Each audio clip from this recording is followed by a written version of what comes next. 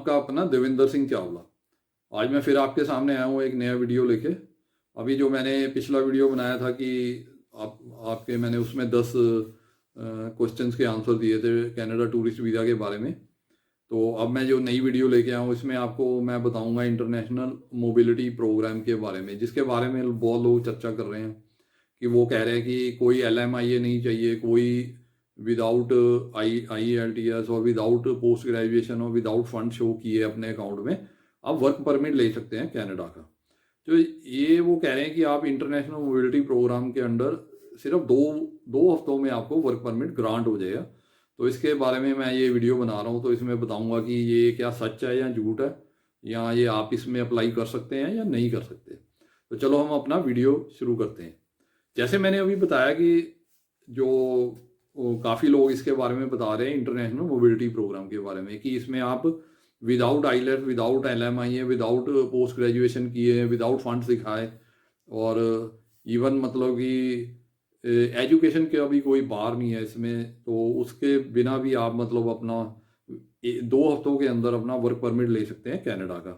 तो अब मैं इसमें आपको बताऊंगा कि किस किस फैक्टर्स के ऊपर किस किस पॉइंट्स को आप ध्यान रखिए, तब ये उन्हीं को मिलेगा जो इन पॉइंट्स को पूरा करते हैं, जो मैं अभी डिस्कस करूंगा आपके साथ, जो मैं अभी आपको बताऊंगा। तो ध्यान से देखिए ये वीडियो और मेरा जो भी पॉइंट्स आप उनको नोट कर लीजिए अगर आप विदाउट LMIA, विदाउट IELTS और विदाउट पोस्ट ग्रेजुएशन के आप वर्क परमिट लेना चाहते हैं कनाडा में। तो सबसे पहली बात तो ये है कि जो इंटरनेशनल मोबिलिटी प्रोग्राम है ये है तो है, सच में ये है, इसमें कोई झूठ नहीं है, कोई फ्रॉड नहीं है। पर आपको ये देखना कि आप इसमें जा सकते हैं या नहीं जा सकते। तो सबसे पहली बात है कि ये इंटरनेशनल मोबिलिटी प्रोग्राम है क्या चीज़। इसमें क्या है कि जो कनाडा गवर्नमेंट है वो अलाउ करती है कैनेडियन एम्प्लॉयर को, किसी भी एम्प्लॉय को वो बाहर से बुला सकता है फॉरेन कंट्री से विदाउट एनी LMIA। वो विदाउट LMIA की प्रोसेस के बीच में से गुजरते उसको साइड पे रख के वो एक फॉरेन वर्कर हायर कर सकता है विदाउट LMIA पास करवाए। तो उसमें कौन कौन एम्प्लॉयर ये चीज़ कर सकते हैं। तो सबसे पहली तो बात है जो भी एम्प्लॉयर है जो इस प्रोग्राम का फ़ायदा उठाना चाहता है तो उसको अपना एक IRCC पोर्टल के ऊपर अपना एक IRCC पोर्टल के ऊपर अपना वो बनाना पड़ेगा, एक अपना प्रोफाइल क्रिएट करना पड़ेगा। उसमें फिर उसको जो जिस आदमी की उसको रिक्वायरमेंट है उसके लिए जॉब ऑफर क्रिएट करनी पड़ेगी उसके ऊपर। तो वो जब जॉब ऑफर क्रिएट करेगा तो जो IRCC जिस पोर्टल IRCC के जिस पोर्टल पे वो जॉब ऑफर ये क्रिएट करते हैं तो वही जो IRCC का जो पोर्टल है उनको 7 डिजिट नंबर एक इशू करते हैं उनको उस जॉब ऑफर के बदले उनको 7 डिजिट एक तरह का आप कोड समझ लीजिए, 7 डिजिट का कोड उनको इशू करते हैं जो वो आपको देते हैं। जैसे अगर आपने अप्लाई किया तो आपको वो 7 डिजिट कोड देंगे कि आप इस जॉब के लिए मैं आपको हायर कर रहा हूँ। वो जॉब स्पेसिफिक होता है, जो भी जॉब वो क्रिएट करेंगे IRCC पोर्टल के ऊपर। तो उसके लिए एम्प्लॉयर को कुछ फीस खर्चनी पड़ती है जो LMIA से काफ़ी कम है, तो उसका वो फ़ायदा उठा सकते हैं। तो उससे आपको वो डायरेक्टली हायर कर सकते हैं। तो वो लेटर ऑफ इन्विटेशन आपको इश्यू करके आपको वर्क परमिट दिलाने में हेल्प कर सकते हैं। तो अब इसमें क्या है कि ये एक कनाडा गवर्नमेंट की तरफ से एम्प्लॉयर को एक बेनिफिट दिया गया है। तो अब इसमें कौन कौन लोगों को वो बुला सकते हैं ये हम आगे आपको डिस्कस करता हूँ, मैं आपको बताता हूँ अलग अलग पॉइंट्स के ऊपर। तो सबसे पहले तो ये है कि इसमें एम्प्लॉयर आपको सिर्फ तभी बुला सकता है, उस काम के लिए बुला सकता है जो ऑलरेडी LMIA एग्जाम्प्ट लिस्ट में है। वो मतलब एक गवर्नमेंट ऑफ कनाडा ने एक लिस्ट बनाई हुई है, LMIA एग्जाम्प्ट जॉब्स की एक लिस्ट बनाई हुई है। उसमें सारी जॉब जिनका कोड उसमें आपको जैसे पता कि NOC कोड होता है हर जॉब का कनाडा में। तो जिन जॉब्स का कोड उन्होंने LMIA एग्जाम्प्ट कोड लिस्ट के अंदर रखा हुआ है तो उसके लिए जो एम्प्लॉयर है वो आपके लिए ये वाला जो प्रोविजन है यूज़ करके आपको बुला सकता है। तो इसलिए जो LMIA एग्जाम्प्ट जॉब्स है, आप अगर आपका प्रोफेशन उसमें फॉल करता है, आपकी जॉब उसमें फॉल करती है, तो आप इंटरनेशनल मोबिलिटी प्रोग्राम के under without LMIA, without IELTS with in 2 हफ्तों के अंदर आप कनाडा वर्क परमिट आपको इशू मिल जाएगा आपको। तो ये चीज़ आपके लिए फ़ायदेमंद है अगर आपकी जॉब है वो LMI एग्जाम्प्ट कोड के अंडर के लिस्ट में आती है। तो आप पहले ये चेक कर लीजिए जो आप जॉब करते हैं वो LMI एग्जाम्प्ट कोड के अंडर आती है या नहीं आती। तो इसमें जैसे कि NOC C कैटेगरी की तो जॉब है वो तो नहीं आती, बाकी जॉब्स आती हैं। तो आप चेक करिए कि अगर आपकी NOC C कैटेगरी में जॉब नहीं फॉल करती है, और आप चेक करिए कि आपकी अगर LMI एग्जाम्प्ट कोड जॉब में आती है तो आपको 100% इस प्रोग्राम का फ़ायदा होगा, और आपको जो एम्प्लॉयर है आपको विदिन 2 वीक्स आपको वहाँ पे बुला सकता है, आपको जॉब ऑफर लेटर दे के आपको वर्क परमिट दिला सकता है। तो इसके लिए आपको थोड़ी मेहनत करनी पड़ेगी। मैं जो इसका लिंक है जो LMI एग्जाम जॉब्स का जो लिंक है मैं इस वीडियो के डिस्क्रिप्शन में दे दूंगा, आप वहाँ पे जाके अपनी जॉब को चेक कर सकते हैं। अगर आपकी उस लिस्ट में जॉब आ जाती है तो आपको फिर बहुत फ़ायदा मिलने वाला, आपको बहुत फ़ायदा होगा इस इंटरनेशनल मोबिलिटी प्रोग्राम का। तो उसके बाद अब मैं ये बताना चाहता हूँ कि इस लिस्ट में कौन कौन सी जॉब्स आती हैं ज़्यादातर जो है। तो पहली नंबर पे आती है लिव इन केयर गिवर।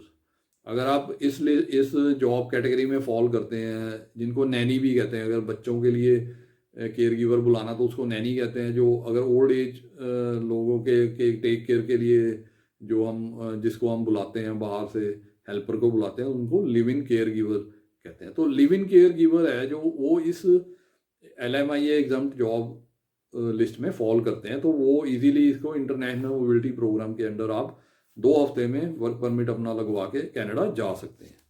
अब आता है सेकंड नंबर में क्या है कि जो कल्चरल आर्टिस्ट हैं, फिल्म प्रोडक्शन लाइन में हैं, जो सिंगर्स हैं, एक्टर्स हैं, वो भी इसी कैटेगरी में आते हैं। तो वो भी अपना इसके अंडर अपना जॉब ऑफर लेके और अपना वर्क परमिट लगा के विदिन 2 वीक्स वो कनाडा जा सकते हैं। अब हम आते हैं थर्ड कैटेगरी में जैसे जो टीचर्स हैं या प्रोफेसर्स हैं, वो मतलब अपनी वहाँ पे बाहर जैसे अलग अलग यूनिवर्सिटीज होती हैं, कॉलेजेस होती हैं, वहाँ सेमिनार्स कंडक्ट करते हैं, या वो गेस्ट प्रोफेसर बुलाते हैं या गेस्ट टीचर्स बुलाते हैं। उसके अंडर आप अप्लाई करके इस प्रोग्राम का फ़ायदा उठा सकते हैं। आप विदिन 2 वीक्स आप वर्क परमिट लेके वहाँ पे कनाडा जा सकते हैं एज ए गेस्ट लेक्चरर और गेस्ट प्रोफेसर या विजिटिंग फैकल्टी कैटेगरी के अंडर। और इसमें जो कल्चरल एक्सचेंज में स्टूडेंट्स जाते हैं वो भी जा सकते हैं। इस इंटरनेशनल मोबिलिटी प्रोग्राम का जो फ़ायदा है ये स्टूडेंट्स भी उठा सकते हैं। अगर कुछ बाहर के जो इंस्टीट्यूट है वो स्टूडेंट एक्सचेंज प्रोग्राम का प्रोग्राम के अंडर स्टूडेंट्स को इंटरनेशनल कॉलेजेस से बुलाते हैं। तो अगर आप उसमें फॉल करते हैं, अगर आप उस कैटेगरी के अंडर अप्लाई करते हैं तो आपको भी वीज़ा मिल जाएगा विदिन 2 वीक। तो इसके बाद हम आते हैं फोर्थ कैटेगरी में आते हैं रिलीजियस वर्कर्स जैसे मतलब पंडित हो गए, जैसे मंदिर के पुजारी हो गए, जैसे ग्रंथी हो गए, जैसे गुरुद्वारे में ग्रंथी होते हैं ऐसे ही चर्च में फादर होते हैं, और जैसे मस्जिदों में भी होते हैं जो वहाँ पे जो हेड होते हैं, जो वो भी इस कैटेगरी के अंडर जा सकते हैं। तो इसके लिए क्या कि आपका इस कैटेगरी में आपका एक्सपीरियंस होना चाहिए। पहले तो आपको काफ़ी साल का एक्सपीरियंस होना चाहिए और आप यही काम करते होना चाहिए। आपके पास प्रूफ होना चाहिए कि आपके पास उसके लिए क्वालिफिकेशन होनी चाहिए, जो भी क्वालिफिकेशन है रिलीजियस वर्कर के लिए, डिफरेंट रिलीजन्स के लिए, तो आपके पास होनी चाहिए और आपके पास इसका एक्सपीरियंस भी होना चाहिए और आप यही काम करते होना चाहिए। तो इसमें आप जो लोग रिलीजियस वर्क के साथ रिलेटेड है और जो चैरिटी के वर्क के साथ भी रिलेटेड है, वो इस प्रोग्राम का फ़ायदा उठा के, जैसे जो चैरिटेबल ऑर्गेनाइजेशंस के लिए काम करते हैं, वो भी इंटरनेशनल मोबिलिटी प्रोग्राम के अंडर विदिन 2 वीक्स अपना वर्क परमिट लगवा के कनाडा जा सकते हैं। तो इसके अलावा हम आते हैं फिफ्थ कैटेगरी में कौन आते हैं? इंजीनियर्स और टेक्नीशियंस। और इंजीनियर्स और टेक्नीशियंस भी इंटरनेशनल मोबिलिटी प्रोग्राम के under within 2 weeks work permit लेके कनाडा जा सकते हैं। तो इसमें हम अब जो इंजीनियर्स हैं, इंजीनियर्स के लिए थोड़ी ये सिस्टम है कि इंजीनियर्स में ज़्यादातर जो IT प्रोफेशनल्स हैं वो इस कैटेगरी के अंडर फॉल करते हैं, वो जा सकते हैं। अब IT इंजीनियर्स ये नहीं है कि आप फ्रेश IT इंजीनियर हैं, अभी आपके पास एक्सपीरियंस नहीं है, आप सीधा जा सकते हैं। नहीं, इसके लिए आपके पास इसी फील्ड में आपके पास 5 से 10 साल का एक्सपीरियंस होना चाहिए और आपकी वहाँ पे डिमांड होनी चाहिए, और आप वहाँ पे अपने लिए जॉब ढूंढ लीजिए। जैसे आप अच्छी कंपनी में जॉब ढूंढिए, ये नहीं है कि आप एक मतलब आपको जानने वाली कोई कंपनी है, कोई छोटी कंपनी है तो वो भी आपको बुला सकती है इसके अंडर, ऐसा नहीं है। कोई जो रिप्यूटेड कंपनीज हैं, जो बड़ी कंपनीज हैं, वो आपको इस प्रोग्राम के अंडर आपको वहाँ पे बुला सकते हैं, इंटरनेशनल मोबिलिटी प्रोग्राम के अंडर। और आपको इसमें उसका बहुत फ़ायदा मिल सकता है। आपको विद इन 2 वीक्स वो आपको हायर करके वहाँ पे बुला सकते हैं। कोई IELTS या LMIA या कोई फंड्स की ज़रूरत नहीं है इसमें, आपको सीधा ही वहाँ पे वो विद इन 2 वीक्स अपने कंपनी में हायर करके वहाँ पे बुला सकते हैं। तो इसमें टेक्नीशियंस भी आते हैं, जो हाईली स्किल्ड टेक्नीशियंस हैं, जिनकी वहाँ पे डिमांड है, वो भी जा सकते हैं, जैसे कंप्यूटर टेक्नीशियंस हैं। इंजीनियर्स तो मैंने बता ही दिया है। तो इंजीनियर्स में सिर्फ IT इंजीनियर्स नहीं जा सकते, और भी इंजीनियर्स जा सकते हैं। जैसे कंस्ट्रक्शन इंजीनियर्स जा सकते हैं, जिनके पास बहुत एक्सपीरियंस है कंस्ट्रक्शन में और हाईली स्किल्ड है वो अपने फील्ड में, तो उनको भी वहाँ पे जॉब मिल सकती है। और जो बड़ी बड़ी कंस्ट्रक्शन कंपनीज है वो उनको हायर कर सकते हैं, और विद इन 2 वीक्स उनको वहाँ पे जॉब के ऊपर अपने बुला सकते हैं, और विद इन 2 वीक्स आप वहाँ पे कनाडा शिफ्ट कर सकते हैं और वहाँ पे उन कंपनीज में काम कर सकते हैं।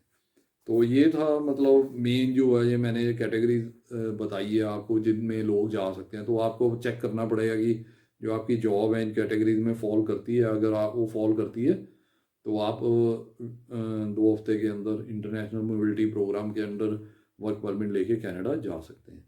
तो इसके अलावा और एक और कैटेगरी है जो वहाँ पे इस प्रोग्राम का फ़ायदा उठा सकती है, वो है इंट्रा कंपनी ट्रांसफ़र। अब अगर आप जिस कंपनी में काम करते हैं, तो अगर वो उनकी ब्रांच है कनाडा में भी है, तो आपको वो इस प्रोग्राम के अंडर वहाँ पे शिफ्ट कर सकते हैं। आप वहाँ पे शिफ्ट हो सकते हैं वर्क परमिट में। तो इसका ये बेनिफिट है कि जो जिन कंपनीज की ब्रांचेस कनाडा में है, ये उनको फ़ायदेमंद है। तो उसमें अगर आप काम करते हैं तो आप वहाँ पे इस प्रोग्राम के अंडर आप वहाँ पे शिफ्ट हो सकते हैं वर्क परमिट में। और वहाँ पे एक साल काम करने के बाद आपको PR अप्लाई करने का मौका मिलेगा। जैसे और लोग हैं जिनके पास भी वर्क परमिट है, उनके पास एक साल का अगर वर्क एक्सपीरियंस है, उसके बाद वो PR के लिए अप्लाई कर सकते हैं। तो वही सेम रूल है जो आपके ऊपर भी वैलिड होगा, और आप भी अगर वहाँ पे इंट्रा कंपनी ट्रांसफ़र के थ्रू भी गए हैं तो आपको भी PR होने का मौका मिलेगा 1 साल के वर्क परमिट के बाद। और इसके अलावा जो एक और कैटेगरी है, जैसे एयरलाइंस में जो काम करते हैं उनका स्टाफ भी इस जैसे डिफरेंट स्टाफ, डिफरेंट एयरलाइंस को डिफरेंट डिफरेंट स्टाफ की ज़रूरत होती है। उनके टेक्नीशियंस होते हैं, उनका ग्राउंड स्टाफ होता है, और उनके जैसे जैसे एयरपोर्ट में जो लोग काम करते हैं अलग अलग एयरलाइंस में, उनको भी इसी प्रोग्राम के अंडर वहाँ पे वर्क परमिट पे जाने का मौका मिलता है। तो वो उन लोगों के लिए जो एयरलाइंस में काम कर रहे हैं, तो उनको ये इस प्रोग्राम का बेनिफिट मिलेगा, और वो उनको वहाँ कनाडा जाने के लिए वर्क परमिट मिल जाएगा। तो वो सिर्फ लिमिटेड लोगों के लिए है, वो एयरलाइंस पे डिपेंड करता है वो किसको भेजना चाहते हैं या नहीं भेजना चाहते। तो ये था मेरा आज का वीडियो। इसमें मैंने आपको एक इसके बारे में बताया कि इंटरनेशनल मोबिलिटी प्रोग्राम क्या है। ये एक नया प्रोग्राम नहीं है, ये बहुत पुराना प्रोग्राम है, पर क्योंकि आजकल इसके बारे में ज़्यादा लोग सोच रहे हैं, क्योंकि जब से लॉकडाउन हुआ है, जब से ये कोरोना वायरस का प्रॉब्लम आई है, उसके बाद लोग कनाडा के बारे में ज़्यादा अवेयर हो गए हैं। ये लोगों में अवेयरनेस ज़्यादा आ गई है, क्योंकि लॉकडाउन में भी जब कोरोना का लॉकडाउन चल रहा था, कोरोना में सब लोगों की जैसे डिफ़िकल्टी फेस कर रहे थे, तो उन्होंने ऑब्ज़र्व किया कि कनाडा जो है ऐसा कंट्री है जिन्होंने अपने लोगों का बहुत ध्यान रखा कोरोना वायरस में भी। लॉकडाउन के वक्त भी उन्होंने उनको जैसे इंसेंटिव दिया है, हर महीने $2000 CERB बेनिफिट्स जो दिए हैं, तो उनके कारण लोगों का बहुत ज़्यादा रुझान हो गया अब कनाडा शिफ्ट करने के लिए। तो ये चीज़ लोगों ने ऑब्ज़र्व किया, और उन्होंने कैसे अपने हेल्थ सेक्टर को मैनेज किया, कैसे उन्होंने जैसे जो लोग बीमार हुए हैं उनका कैसे ध्यान रखा है। तो ये चीज़ें हमने न्यूज़ में देखी है कि कनाडा ने ये सब चीज़ें बड़े अच्छे से मैनेज की है, और अपने कंट्री के जो लोगों, जो सिटीजन था, उनका बहुत अच्छे से ध्यान रखा है। तो इसके कारण लोगों का इसमें ज़्यादा इंटरेस्ट हो गया। ये नया प्रोग्राम नहीं है, एक पुराना प्रोग्राम ही है, ये पहले से चलता आ रहा है। तो आपको मैंने सारे डिटेल्स बता दिए, आप देख सकते हैं, और अपने हिसाब से आप अपने आप मेहनत करके थोड़ा रिसर्च करिए। अगर आपका जॉब इस कैटेगरी में फॉल करती है तो आपको 2 हफ्ते में वर्क परमिट मिल जाएगा। विदाउट एनी लीमिया और विदाउट आईलेट्स के आपको, आप कनाडा जा सकते हैं वर्क परमिट से। तो उम्मीद करता हूँ कि आपको मेरा वीडियो अच्छा लगा होगा और आपके जो माइंड में डाउट है वो सारे क्लियर हो गए होंगे, और आपको आपके मन में जो सवाल है, अगर आपके अभी भी कुछ सवाल रहते हैं जिनका आपको आंसर नहीं मिला, तो आप मेरे मोबाइल नंबर पे कॉल करके, जो मेरा मोबाइल नंबर नीचे डिस्क्रिप्शन में दिया हुआ, आप वहाँ पे कॉल करके मेरे से अपने क्वेश्चन का आंसर ले सकते हैं। तो अगर आपको मेरा वीडियो पसंद आया तो आप अपने फ्रेंड, फैमिली मेम्बर और रिलेटिव्स के साथ शेयर कीजिए। और अगर आप नए हैं मेरे चैनल पे तो इसको आप मेरे चैनल को सब्सक्राइब कर लीजिए और उसके साथ जो बेल आइकन आता है उसको प्रेस कर दीजिए, ताकि आपको मेरे वीडियोस की नोटिफिकेशन है वो टाइम टू टाइम मिलती रहे। इसके बाद मैं आपको बताना चाहता हूँ, जैसे मैं हर अपने वीडियो पे बताता हूँ कि मैंने आपके लिए ये बुक लिखी है, जिसमें मैंने सारे आपको डॉक्यूमेंट्स बताए हुए हैं कि कौन कौन से डॉक्यूमेंट लगाने हैं, और उनका स्पेसिमन भी दिया हुआ है, सैंपल सारा कुछ दिया हुआ है, जिसको आप देख के अपने आप अपनी फाइल बना सकते हैं। किसी एजेंट या कंसल्टेंट के पास जाने की ज़रूरत नहीं है। इस बुक की कीमत है सिर्फ 450 रुपये, 450 रुपीज़ ओनली, जो आप मुझे पेटीएम या बैंक ट्रांसफ़र से या गूगल पे से भी भेज सकते हैं। और जैसे ही आपकी पेमेंट मुझे मिलेगी तो मैं आपको ये जो बुक है आपको आपके एड्रेस पे कोरियर या रजिस्टर्ड पार्सल के थ्रू भेज दूँगा।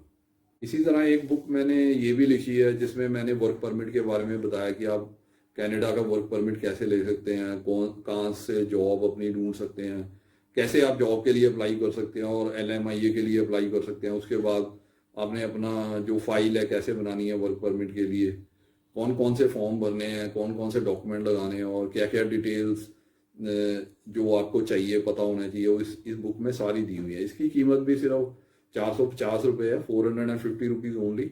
ये भी आप मुझे गूगल पे या पेटीएम या बैंक ट्रांसफ़र के द्वारा भेज सकते हैं। और मैंने जो पेटीएम और गूगल पे नंबर है नीचे डिस्क्रिप्शन में दिया हुआ, आप वहाँ पे पेमेंट करके मुझे जैसे ही इन्फॉर्म करेंगे मैं आपको आपके एड्रेस पे ये बुक कोरियर या रजिस्टर्ड पार्सल के द्वारा भेज दूँगा। इसके अलावा जो मैं हर वीडियो में ऑफ़र देता हूँ आप लोगों के लिए, आपके बेनिफिट के लिए, कि अगर आप कनाडा की टूरिस्ट वीज़ा की फ़ाइल फ्री ऑफ कॉस्ट बनवाना चाहते हैं तो आप मेरे को कॉन्टैक्ट कर सकते हैं मेरे मोबाइल नंबर पे जो नीचे डिस्क्रिप्शन में दिया हुआ है। तो उसके ऊपर आप मेरे से कॉन्टैक्ट करके अपॉइंटमेंट फिक्स करके मेरे ऑफिस आ सकते हैं और अपनी फ़ाइल जो कनाडा टूरिस्ट वीज़ा के लिए बिल्कुल फ्री ऑफ कॉस्ट बनवा सकते हैं। तो ये था मेरा आज का वीडियो। Okay, bye.